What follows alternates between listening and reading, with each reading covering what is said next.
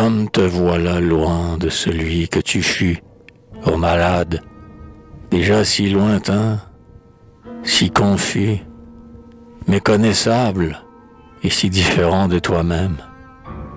La lune ainsi se voit reculer plus blême, toute changée délayant son halo, quand elle se confronte avec elle dans l'eau.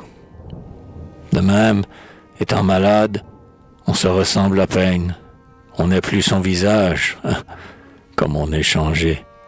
On est le mouton nu qui pleure après sa laine.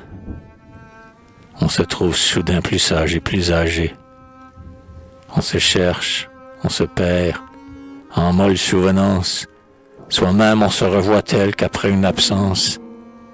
On se reconnaît mal comme à se voir dans l'eau. On est si différent qu'on se semble nouveau. Avec même une autre âme, avec d'autres idées, des lys simples ont remplacé les orchidées. Et de celui qu'on fut, on se souvient si peu, moins que le soir ne se souvient du matin bleu. Le malade ainsi songe et, dans sa vie, il erre. Sa vie, elle lui semble à lui-même étrangère. Elle s'efface et se résume à du brouillard.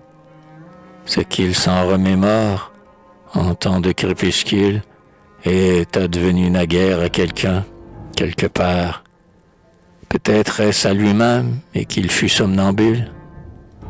Peut-être qu'il se trompe et que c'est arrivé à un qui lui ressemble et dans une autre vie.